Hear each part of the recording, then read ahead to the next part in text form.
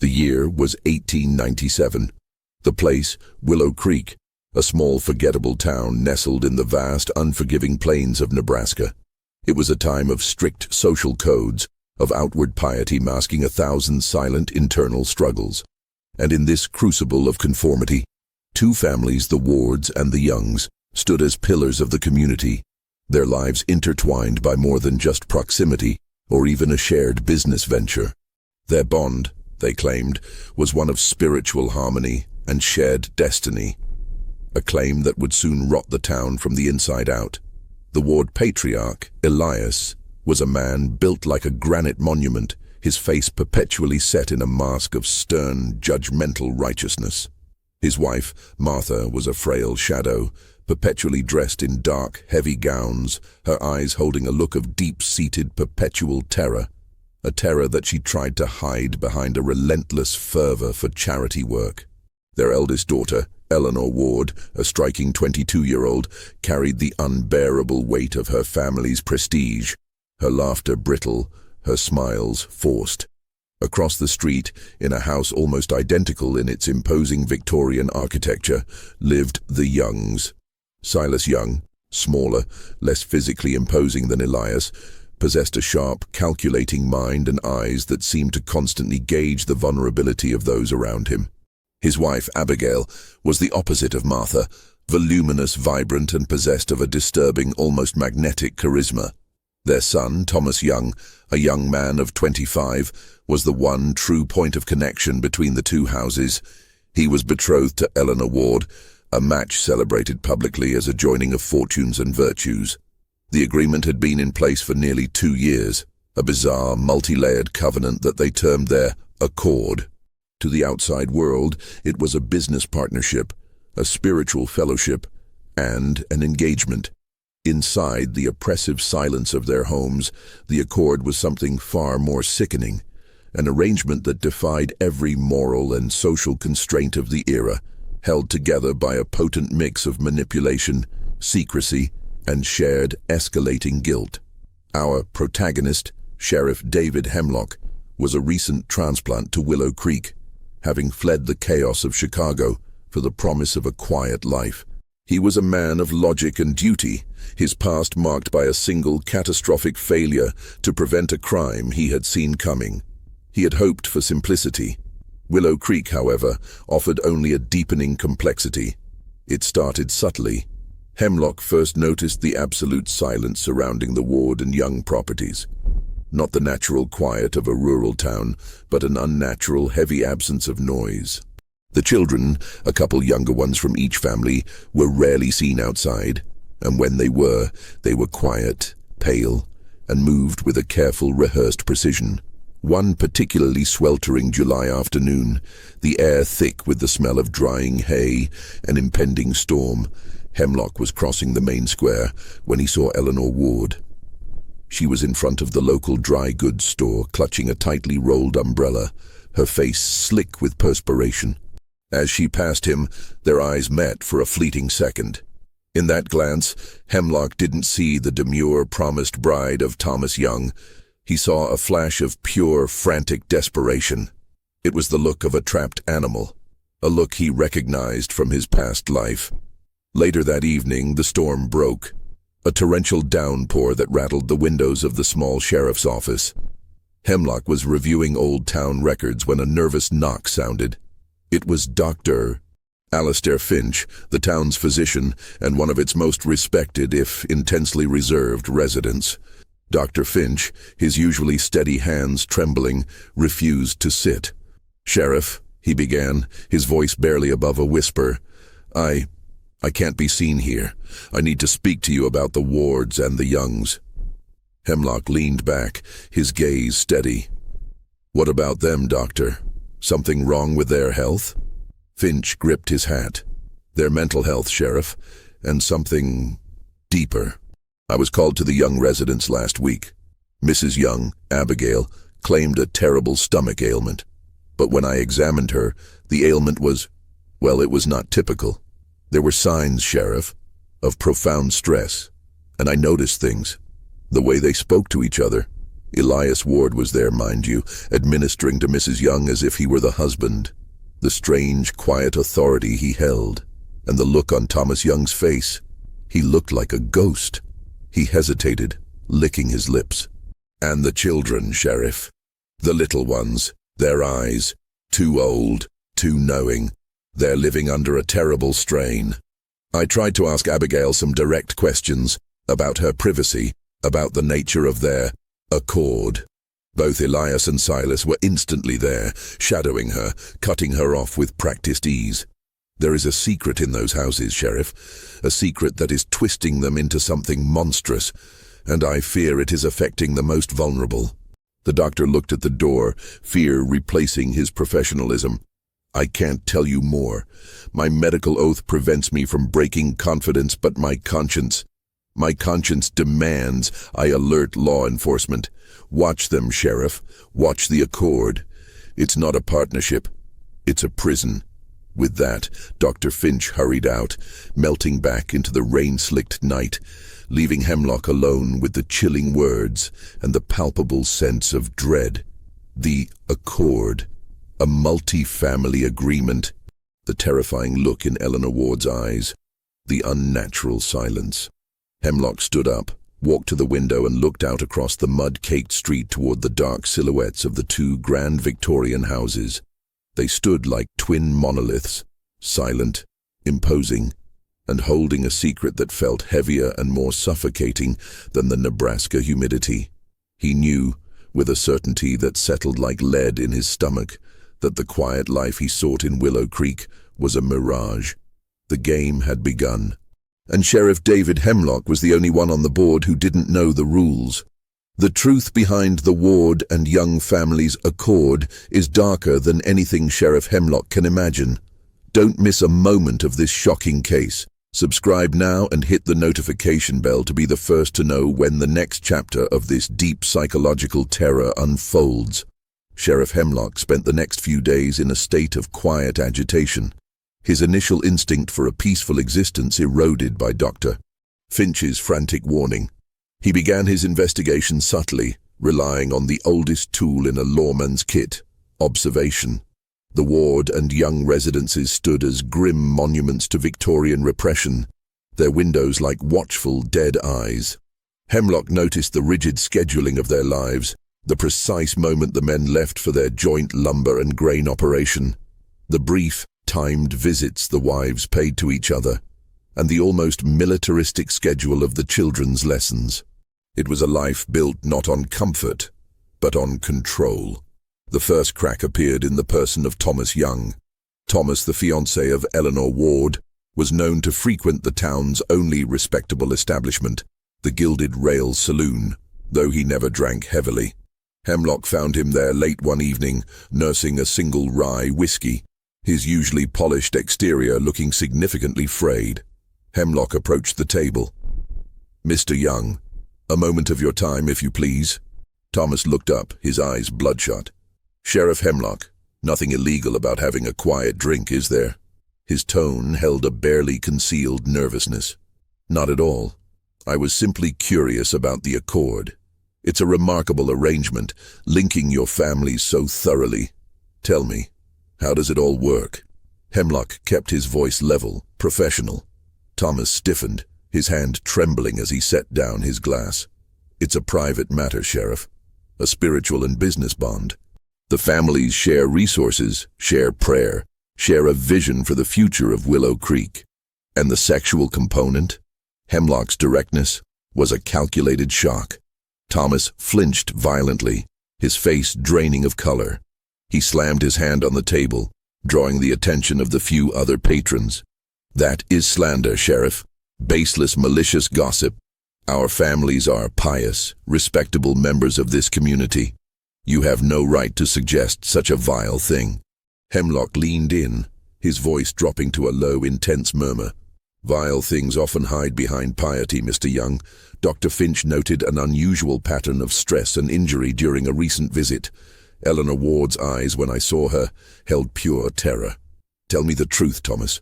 What is the real nature of this multi-family accord?" Thomas's resolve crumbled.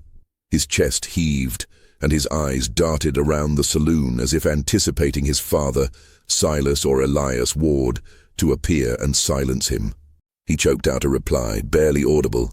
It's not what they say. It's doctrine. A belief in communal purity that requires the blurring of marital lines to achieve a higher spiritual state. It's not want, Sheriff, it's duty. Duty enforced by whom? Before Thomas could answer, the saloon door burst open. Silas Young, his face a mask of cold fury, stood framed in the doorway. He walked directly to Thomas, grabbing his arm with surprising strength. "Thomas, you are needed home immediately. Are you daring to pollute yourself with strong drink after the evening prayers? And speaking to the sheriff? What business could you possibly have with law enforcement?" Silas's gaze was a chilling combination of threat and absolute ownership. Hemlock watched as Thomas, a grown man, visibly shrank under his father's scrutiny, unable to meet his eyes. "We were having a simple conversation, Mr. Young," Hemlock interjected calmly. Silas gave Hemlock a look of icy contempt. "My family has no need for the sheriff's conversations. We are law-abiding. Keep your unfounded curiosity away from our private matters, Sheriff, or I will speak to the mayor." Silas practically dragged his son out into the street, the chilling display of dominance leaving an indelible mark on Hemlock. Thomas was not a partner in the accord, he was a victim of its enforcement. Hemlock realized the scope of the problem. This was not merely a scandalous affair. It was an organized system of psychological and social coercion protected by the very structure of the town's elite. He had no hard evidence, only conjecture and the fear in the eyes of the family members. The next day, Hemlock paid an unannounced visit to the town's recorder of deeds and vital records. The official, a timid man named Mr. Peterson, nearly fainted at the sight of the sheriff. Hemlock pressed him on the recent acquisitions made by the Ward and Young families. They're consolidating," Peterson whispered, wiping sweat from his brow. "Joint ownership of the mill, joint ownership of 3 farms outside of town, and legal documentation that binds all their assets. It's all tied up under a single new trust they call the Harmony Trust." "And the children?" Hemlock asked. "Are the children legally part of this trust?" Peterson checked his ledger. "Yes, all 5 of them. They signed guardianship papers appointing both Elias Ward and Silas Young as their co-guardians regardless of who their biological parent is. It's airtight, Sheriff. Legally, they're a single massive interlinked family unit." Hemlock felt a cold dread crawl up his spine. The accord was not a secret fling. It was a contractual arrangement of total human ownership designed to be unbreakable, trapping the family members, especially the women and children, in a suffocating cycle of control and psychological abuse. The spiritual harmony was a front for institutionalized exploitation. Later that day, standing outside the sheriff's office, Hemlock watched the town. The sun was setting, casting long, menacing shadows across the clapboard houses. He knew then that the danger wasn't just physical. It was the total erosion of identity and free will. The Wards and the Youngs hadn't just made an agreement, they had built a psychological prison, and everyone else in Willow Creek, from the doctor to the recorder, was too terrified of their social power to speak out.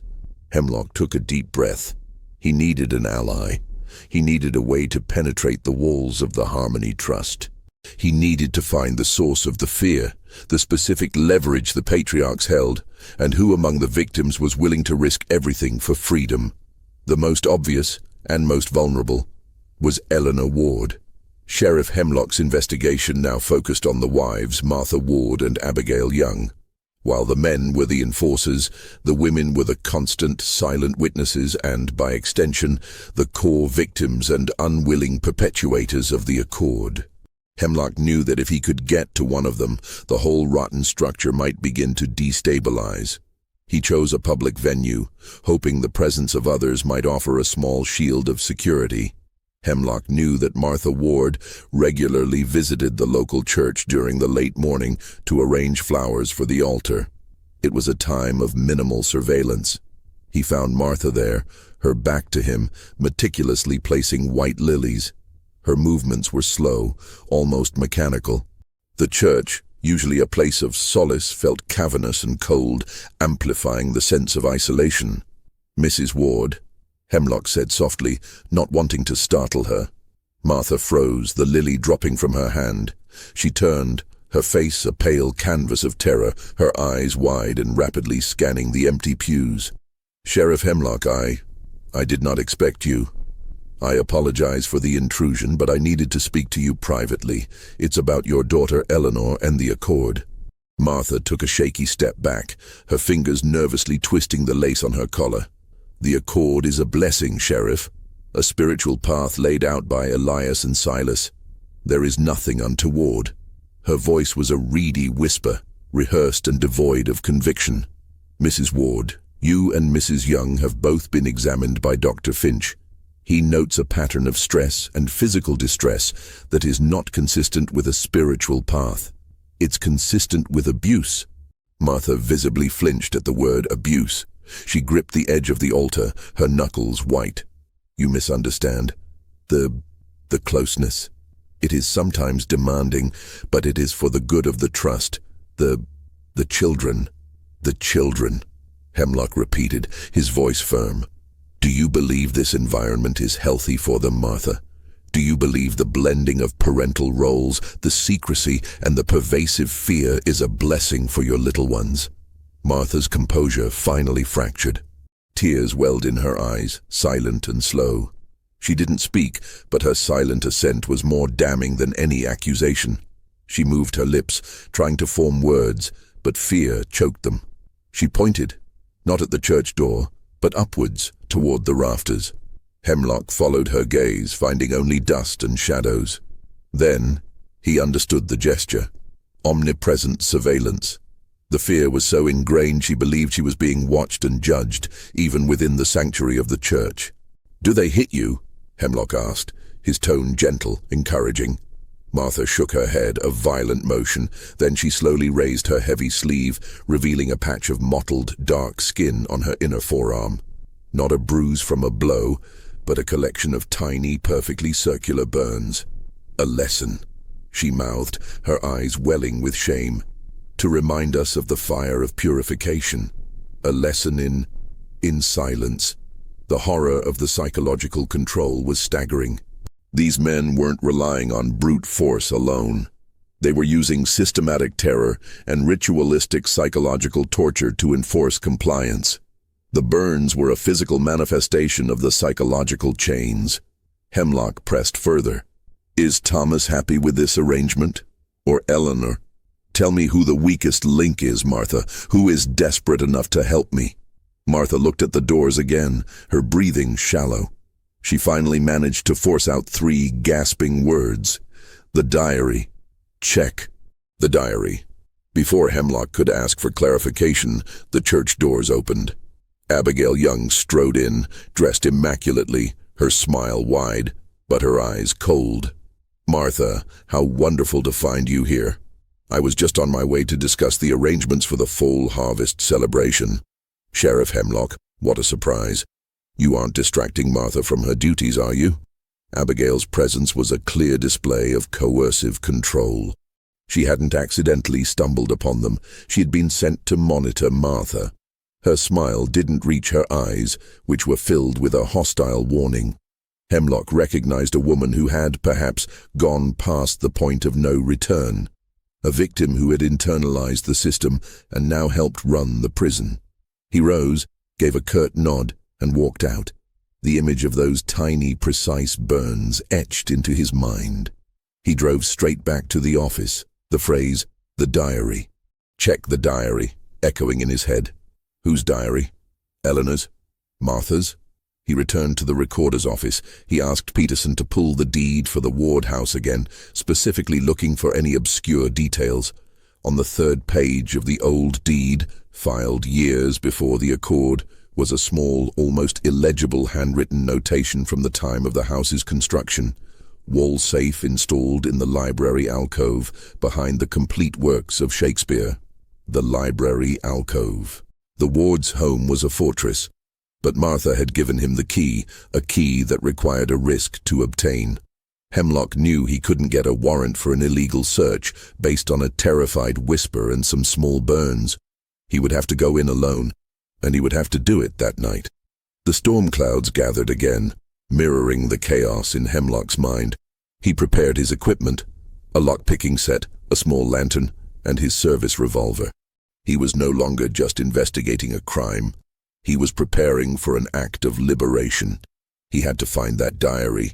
He had to know the full, horrible truth of the Ward and Young family's multi-family sexual accord. The night was a tapestry of violent rain and wind, a perfect cover. The Ward house, usually radiating a grim sort of light, was completely dark, save for a single gas lamp in the second-floor master bedroom.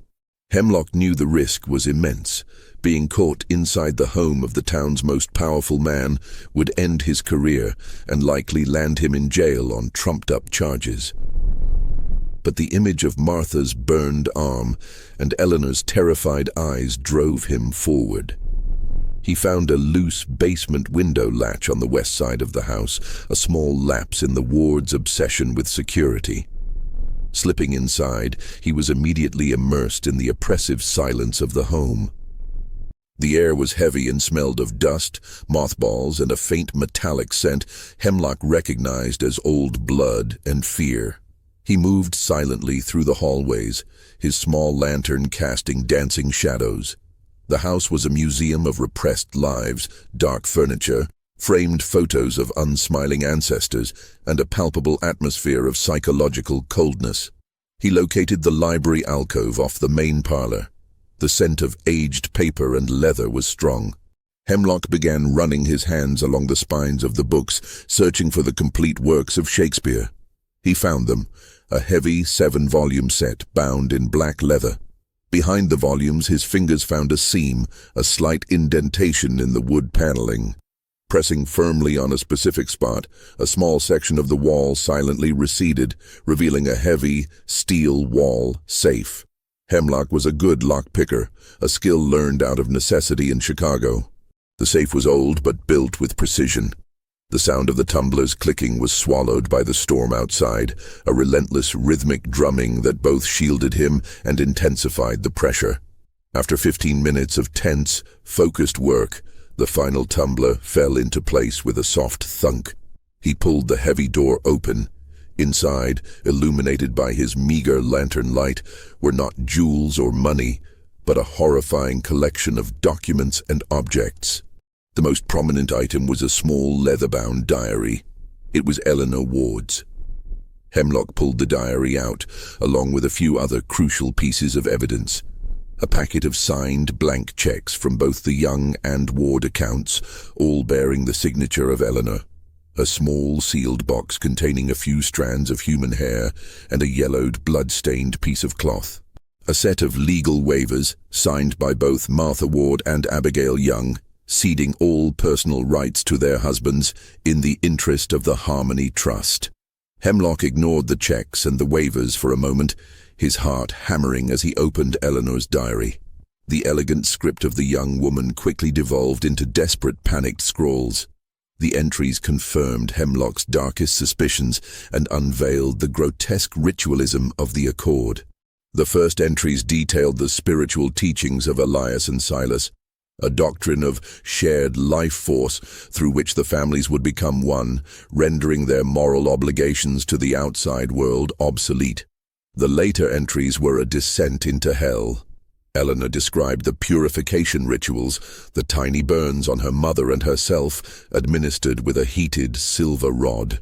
She detailed the blending, a term used to describe the enforced sexual participation, often involving one or both men with one or both women, under the pretense of spiritual duty. October 15th, 1896. The blending was with Elias tonight. His piety is a shield for his hunger. Mother watched as she always does. We are all watchers here. The spirit is not elevated. The spirit is shattered. January 3rd, 1897. I know I am pregnant. I have to hide it. The terror is not the child, but who they will assign as the father. They do not believe in simple paternity. They believe in the shared ownership of the spiritual fruit. The child will be the trust's, not mine. Hemlock flipped to the last, most recent entry, dated only 3 days prior. The writing was barely legible, a furious, desperate scrawl. July 18th, 1897. They found out. They found the doctor's records. They know about the stillborn. They are furious that the spiritual fruit was lost. They are discussing a consequence for my lack of faith. They say the ultimate test of the accord is the ultimate sacrifice. I hear them talking about the old well on the back 40. I don't understand. But Mother is weeping without sound. I have to get out. I have to get to David Hemlock. I pray he remembers my face. Hemlock slammed the diary shut, his breath catching in his throat. The stillborn. Eleanor had been pregnant, and she had lost the child. The men weren't just practicing a perverse, controlling lifestyle. They were covering up a homicide or severe neglect that led to the death of an infant. The ultimate sacrifice, a phrase that chilled him to the bone.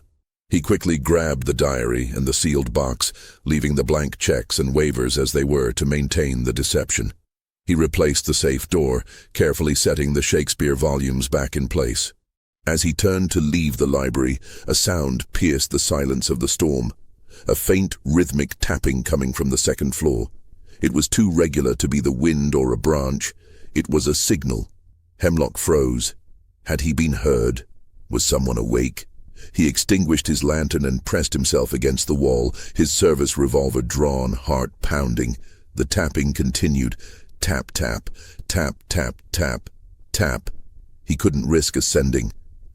He slipped back through the kitchen and out the way he came, melting back into the rain, Eleanor's diary clutched in his soaked hand. He had the truth, but the diary's last words confirmed the danger. Eleanor was in immediate, mortal peril. And the tapping? It was a final, desperate message of fear and perhaps a sign of one who had known he was coming. Hemlock spent the next few hours in his office, his clothes still damp, poring over the diary and the horrifying implications of the final entry. The stillborn and the mention of the old well on the back 40 transformed his investigation from a matter of psychological abuse to a potential case of murder. He needed to confirm the location. He pulled the property deeds from his earlier visit, cross-referencing the Harmony Trust assets. Sure enough, the trust had recently acquired a large, derelict stretch of land known as the Back 40, a former farm that included a deserted, crumbling homestead and a covered, unused well. Hemlock also examined the contents of the sealed box he took from the safe. Inside, the strands of human hair were dark brown, consistent with Eleanor's color. The blood-stained cloth was a piece of cheap, coarse cotton, clearly cut from a garment. It wasn't the material of the ward's expensive linens. It looked like a child's undershirt. A cold knot formed in his stomach. The stillborn wasn't just a loss. It was an event that required a cover-up. And the ultimate sacrifice Eleanor feared was likely tied to that well. Hemlock knew he couldn't storm the ward and young houses without evidence of a capital crime. The diary was strong evidence, but he needed a body, or at least a verifiable physical connection to the stillborn. The well was the key. He sought out Dr. Finch again, meeting him secretly in the woods behind the town's small cemetery. The doctor was pale and visibly frightened. "The stillborn, doctor," Hemlock stated, cutting straight to the point. "Eleanor Ward. Did she have a full-term pregnancy that ended in a stillbirth?" Dr. Finch wrung his hands. "Sheriff, my confidence—" "Forget your confidence. She wrote in her diary that they found out. They punished her. They are planning something called the ultimate sacrifice. Your silence is going to get her killed, doctor. Did she have a child?" Finch finally crumbled, tears of fear and relief spilling down his face. "Yes, but it wasn't a stillbirth. It was born alive. Barely a month ago. A boy. She hid the pregnancy well. She came to me in secret, terrified. I delivered the baby myself at the ward home. It was full term, but small. Weak. I left it with her, warning her about the need for constant care. I told her the risk of keeping it secret was enormous. 2 days later, I was summoned back by Elias Ward. He said the child had succumbed to weakness. He provided a death certificate signed by a doctor from a neighboring county, a forgery, I suspect.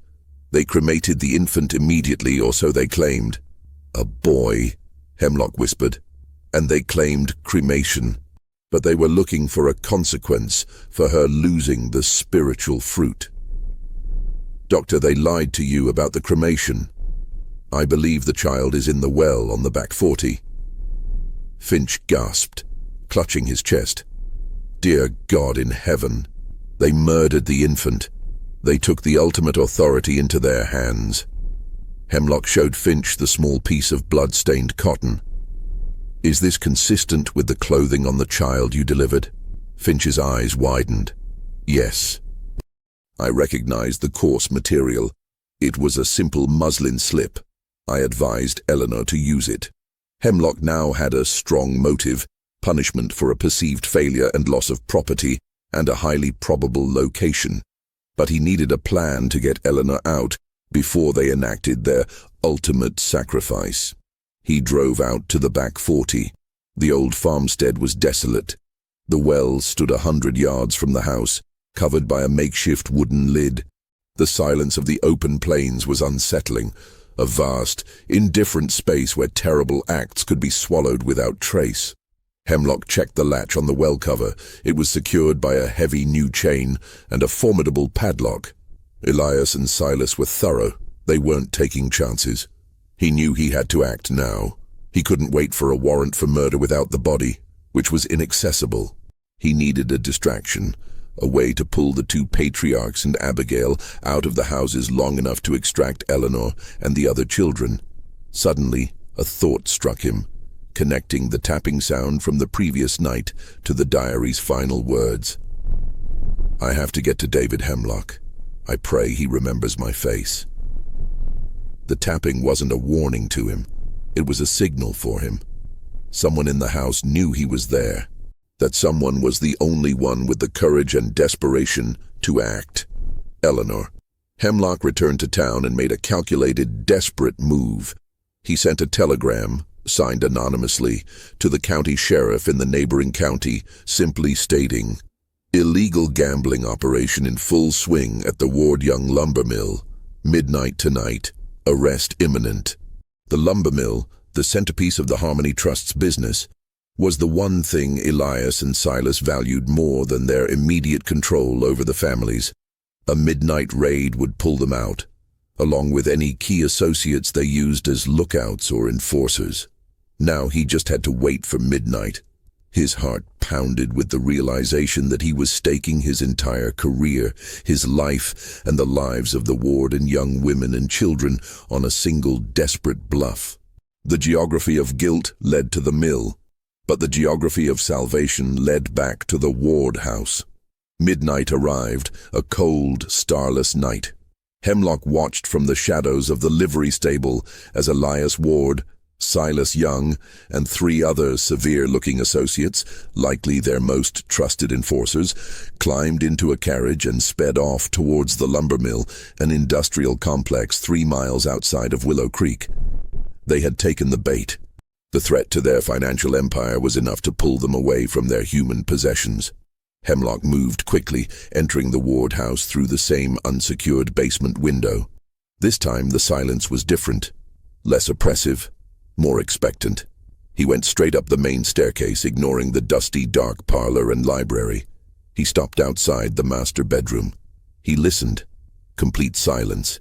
He moved on to the second-floor children's wing, an area usually forbidden to visitors. He found Abigail Young asleep in the children's main room, a small, heavily starched woman's slipper resting on the floor beside her. A clear sign that she was sleeping in the children's area to maintain vigilance. A final sentry. Hemlock used a small flask of chloroform he had kept from his Chicago days, carefully dousing a rag and placing it over Abigail's nose and mouth. She struggled for only a moment before falling into a deep, drug-induced sleep. He gently laid her down, minimizing any sign of disturbance. He then moved to the bedroom he suspected was Eleanor's. He found her awake, sitting on the edge of her bed, in a simple white nightgown, staring at the door. She didn't look startled. She looked relieved. "You came," she whispered, her voice husky with suppressed emotion. "You're tapping," Hemlock responded, equally quiet. "You knew I was in the library." "I knew someone was in the library.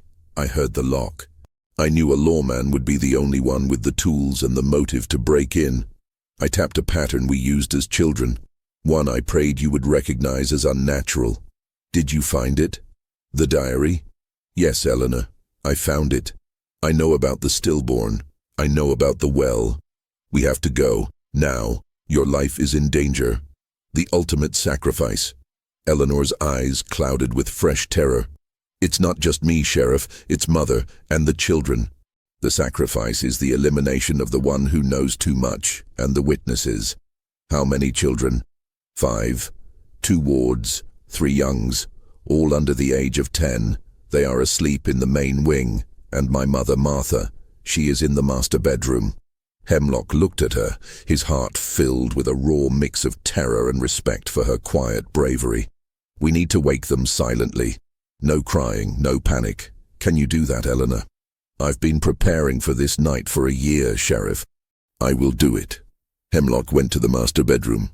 Martha Ward was in a deep sleep, exhausted by chronic fear. He gently shook her.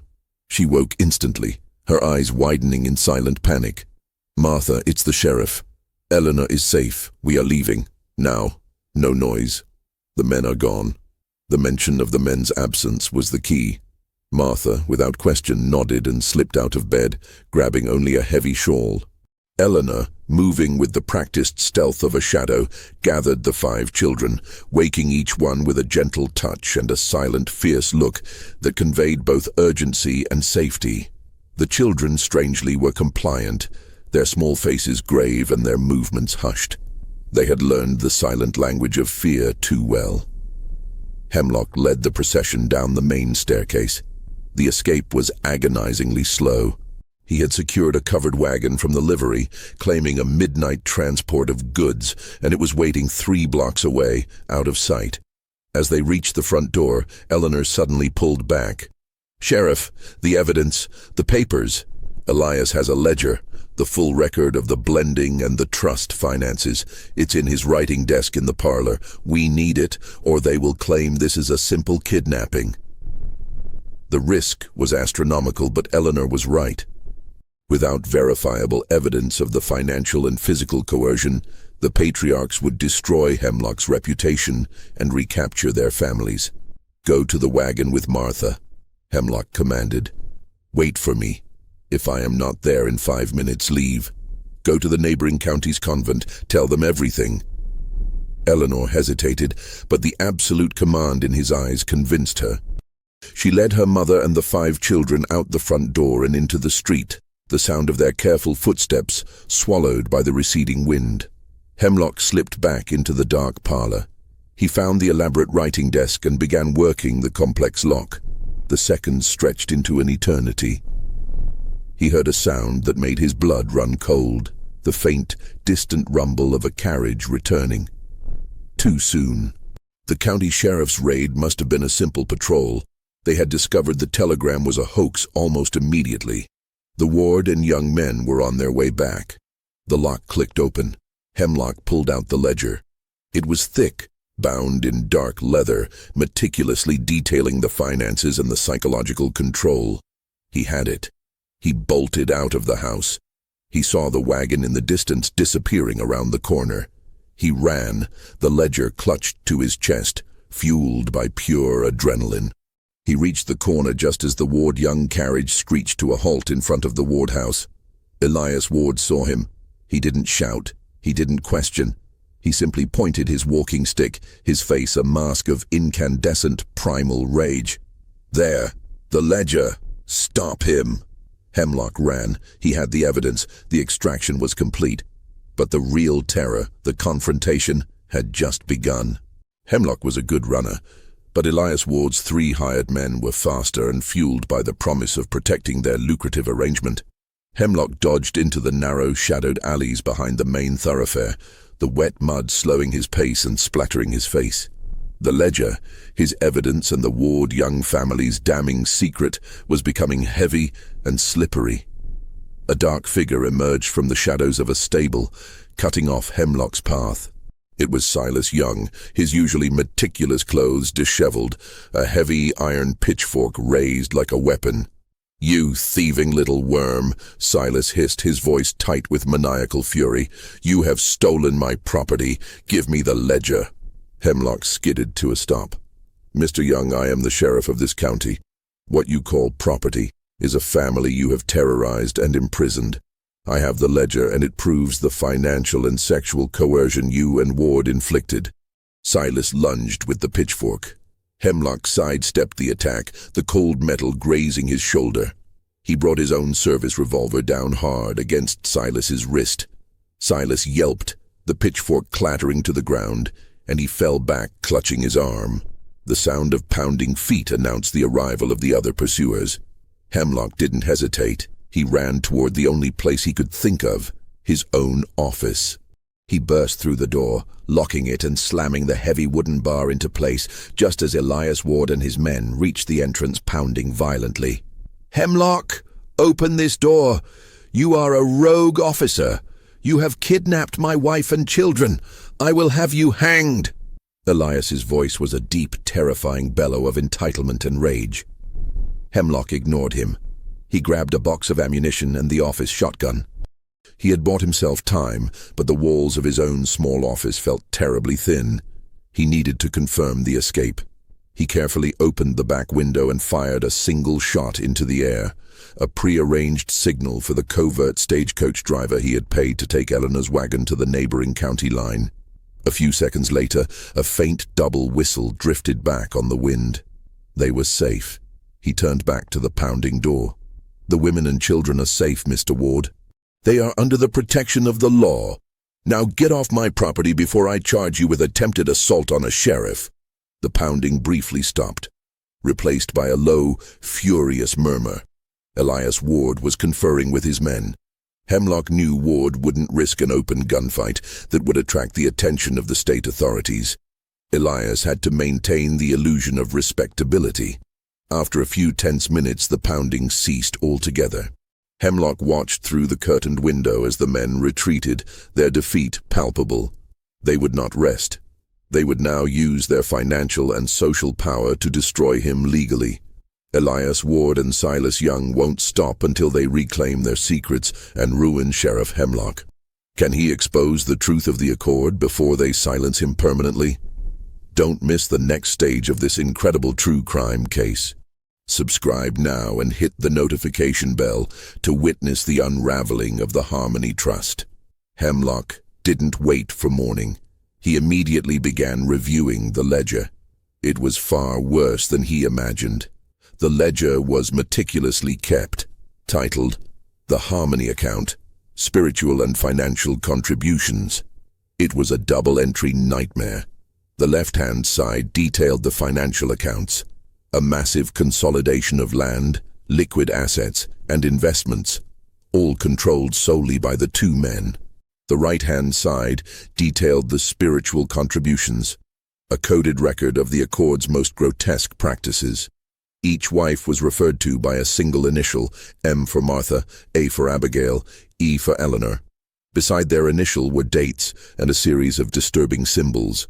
A crossed-out circle denoting the monthly blending ritual, a small flame icon denoting the purification or burning ritual, a check mark beside the names of the children, denoting their inspection and assignment of paternity ownership by the trust. The ledger confirmed the existence and nature of the Accord, detailing the dates and participants in the coerced sexual acts under the guise of purification. The most damning entry, however, was a final page, dated yesterday, detailing the plan for the ultimate consequence. It was a contract, signed by Elias Ward and Silas Young, authorizing the seizure of all property belonging to Martha and Eleanor Ward should they ever be deemed unfit vessels of the trust. The consequence was not just physical, it was a total, legal annihilation, leaving them penniless and without recourse. Hemlock also found an entry from a month prior that brought the stillborn case back into sharp focus. A notation under the M for Martha. M's failure to enforce E's compliance led to loss of spiritual fruit. Will pay the price. Martha was being set up to take the fall for Eleanor's stillborn child. She was to be the scapegoat. This was the psychological leverage. The men protected their own wives from the ultimate punishment by threatening the other, cementing a deep, terrifying codependency in the women's shared trauma. Hemlock's plan was simple and direct. He had to secure the stillborn's remains. He had the physical evidence of the ledger and the diary, and the testimony of Dr. Finch and Eleanor. But to charge Elias and Silas with the murder of an infant and the abduction of their own families, legally viewed as their property, he needed absolute proof. A body. He called his deputy, a nervous but loyal man named Frank Jennings, and told him to meet him at the office at dawn, armed. Their destination, the old well on the back 40. The suspense was almost unbearable. Hemlock had broken the silence, liberated the victims, and secured the damning secrets. But the most dangerous part, the retrieval of the final, crucial evidence, was yet to come, and the sun was already threatening to rise. Deputy Frank Jennings arrived at the office, his face pale with worry. Hemlock, tired but resolute, showed him the entries in the ledger and Eleanor's diary. Frank, a man of simple faith, was horrified. "Sheriff, this is the work of devils. We have to do something." "We are, Frank. We're going to the back 40. I believe the body of Eleanor's stillborn son is in that well. Ward and Young will use every political and financial tool they possess to stop us. This is a capital crime, Frank, and we need the evidence." They rode out to the desolate property. The well was exactly as Hemlock had left it, secured by a heavy chain and a padlock. "They'll be back," Hemlock muttered, examining the scene. "They know we have the ledger, and they know the well is the last piece of evidence. We have less than an hour before they show up with a forged court order." Hemlock smashed the heavy padlock with a rifle butt. The chain fell away, and he and Frank heaved the decaying wooden cover off the well, revealing a deep, dark abyss. The smell of stagnant water and decaying organic matter immediately rose to meet them. "We need to go down," Hemlock stated. "The child will be weighted or placed in a box. It won't be floating." "I'll go, Sheriff," Frank volunteered, his voice trembling but firm. "I'm lighter. Secure the rope around the axle of the old wagon." Hemlock swiftly secured the thick rope. Frank, holding a lantern, was lowered slowly into the blackness. The tension was suffocating. Every sound of the rope grinding against the stone rim, every labored breath from the deputy was magnified by the silence of the plains. After what felt like an eternity, Frank's muffled voice echoed up. "I found something, Sheriff. A box. Heavy, waterlogged. But it's here." Hemlock pulled Frank up, his body trembling with exhaustion and trauma. They worked together to pull the box, which was wrapped in oilcloth and bound with rope, up the length of the well. The box, when it hit the ground, was heavy, dense, and dripping foul water. Hemlock immediately used his knife to cut the ropes and tear the oilcloth away.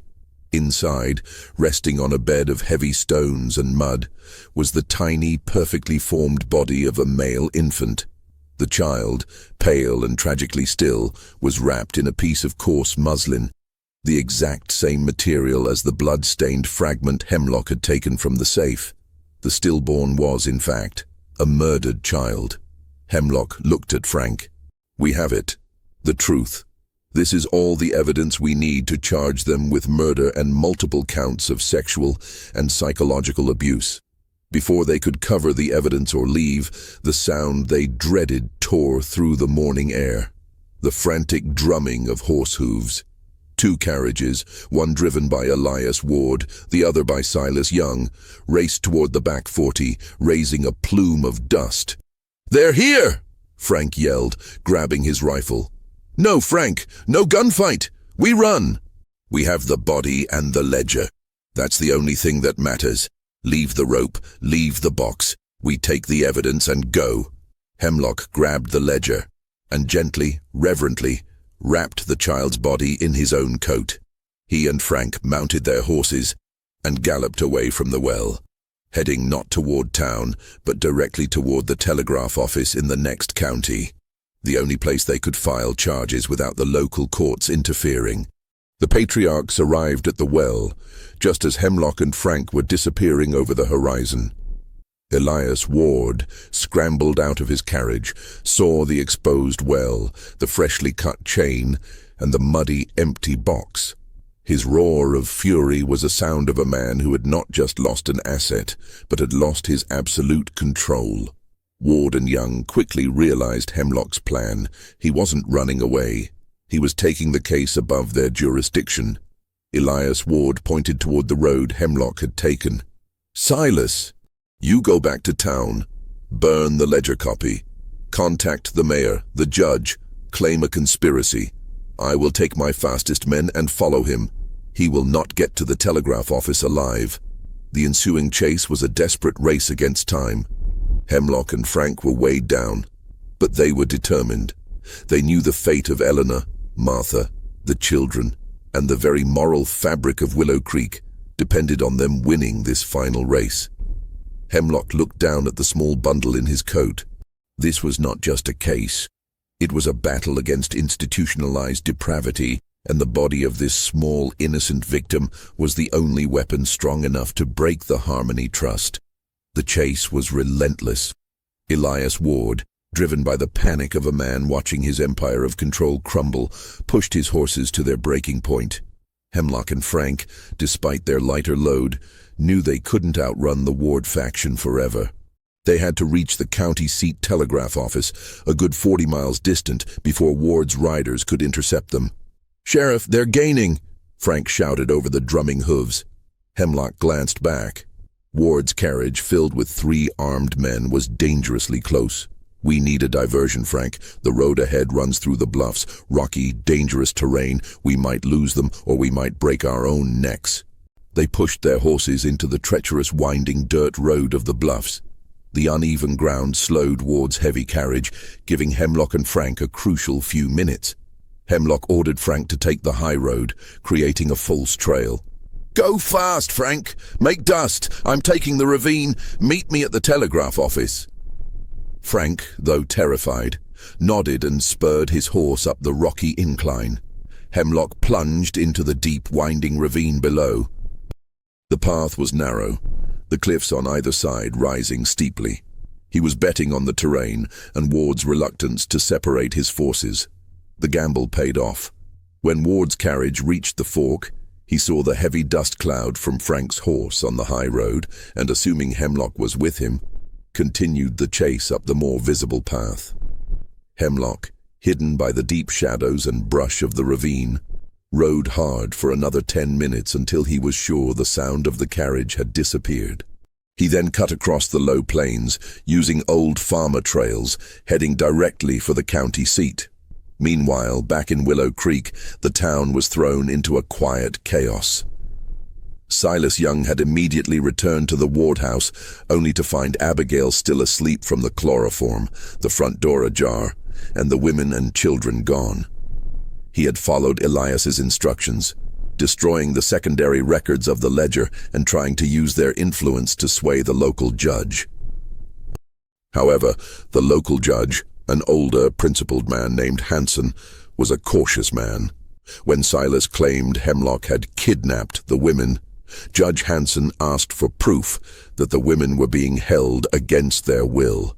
Silas, unable to produce any of the ledger's financial agreements, all destroyed, or the legal waivers left in the safe, was unable to obtain the immediate injunction he needed. The judge, remembering the whispers and the power of the two families, simply ordered Silas to file a formal complaint, tying him up in bureaucratic red tape. The town, sensing the sudden shift in power, began to turn. Dr. Finch, emboldened by Hemlock's actions, spoke to two respected business owners, revealing what he knew of the children's health and the mother's visible distress. The facade of piety was beginning to shatter.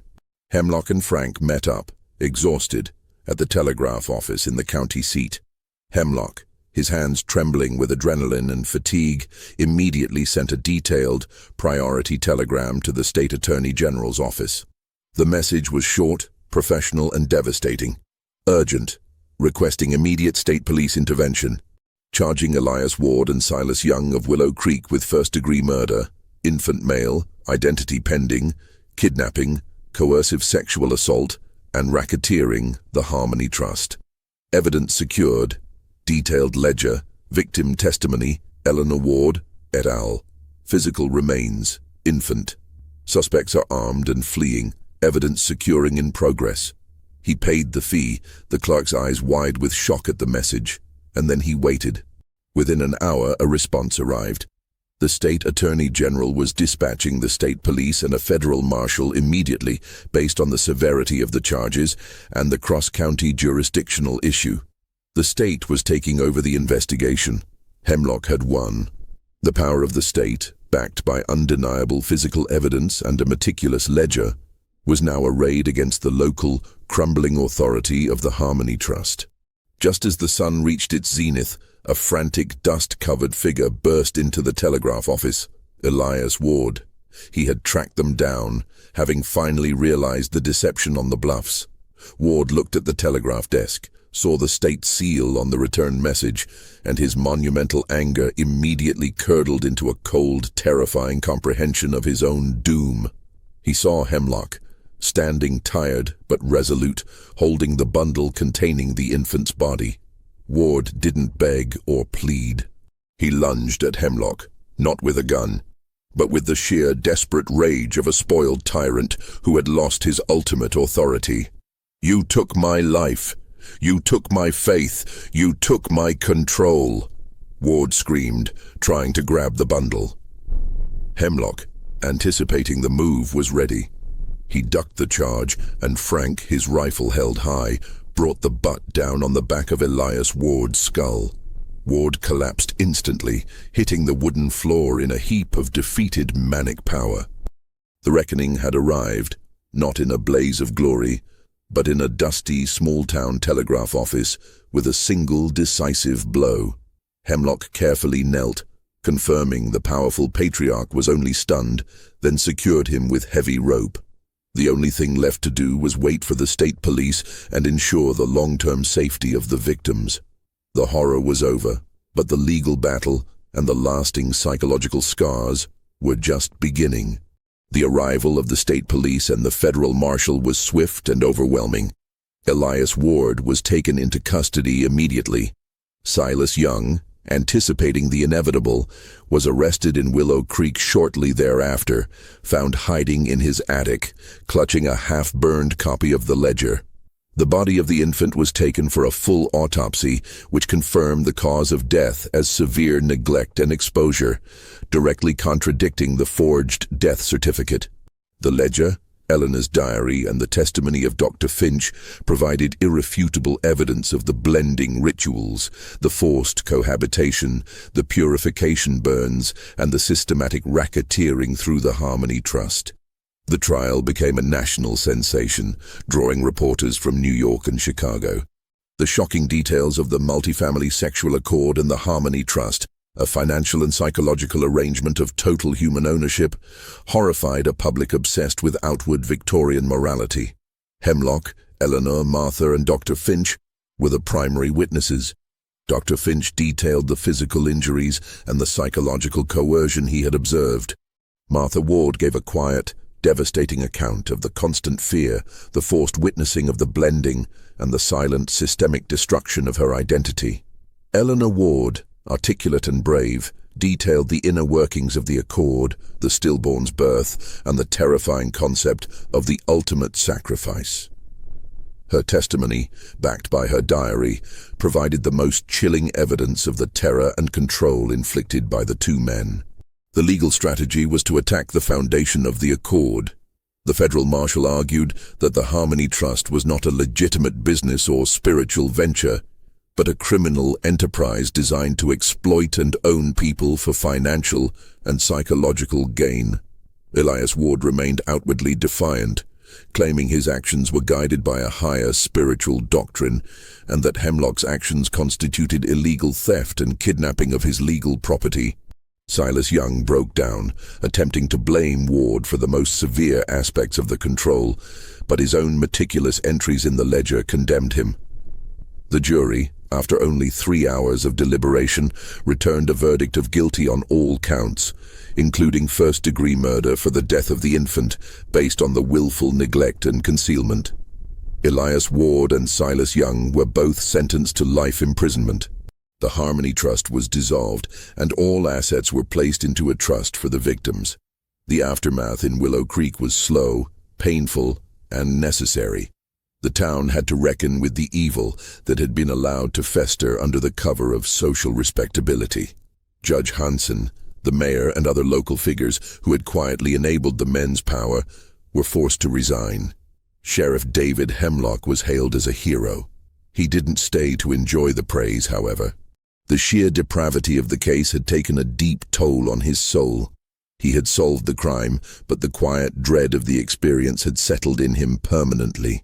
He resigned his post and moved further west, seeking the quiet life he had originally craved, though he knew he would never truly find it. The victims faced the longest road to recovery. They were taken to a private residence in a different state, where they could begin to heal away from the spotlight. Martha Ward and Abigail Young had to navigate their complex, broken relationship, united by trauma, yet fractured by the guilt of their own complicity and enforced rivalry. They chose to live separately, the scars of the accord too fresh to share a roof. The 5 children were placed in the care of Eleanor, now legally their sole guardian. Their silent, disciplined demeanor would take years to overcome, but they were safe, their ownership legally revoked. Eleanor Ward, the true survivor and catalyst for justice, showed the most resilience.